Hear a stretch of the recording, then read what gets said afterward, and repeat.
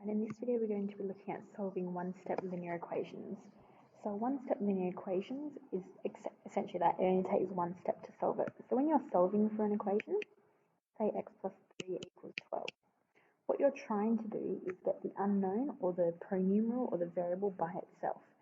So we look at what we need to get rid of. So on that side of the equal sign, on the left-hand side, if I want x by itself, I need to get rid of this plus 3. So we can essentially move it to the other side. If we move it over to the other side, we have an x left over here. When we move it to the other side, we do the opposite so we do the inverse operation. So a plus 3 becomes a take 3, so I know that x equals to 9.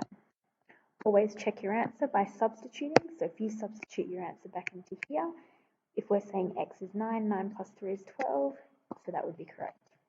Let's do another question. Let's say we have y take 9 equals 13. Look at what we are trying to get rid of. If we want y by itself, I need to get rid of a take away 9.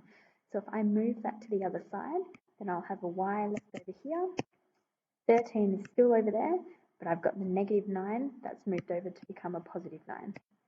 Adding those together, 13 plus 9 is 22. Let's check my answer. If I substitute that back into here, 22 take away 9 is 13, so that would be correct.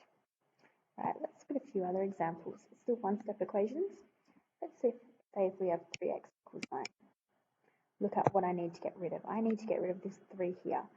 3x means 3 times x. So if I get rid of that 3, I've still got an x left over there. The 9, leave it alone.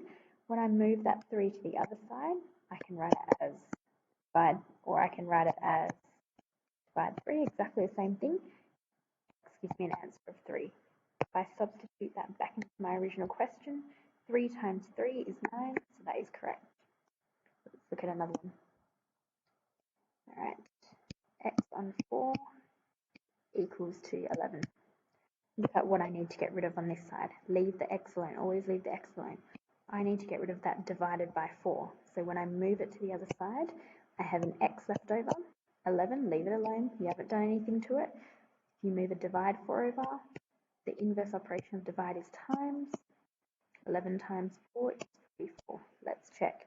If I substitute that back into here, if I've said x is 44, 44 divided by 4 is 11, which is my answer there, so that must be correct.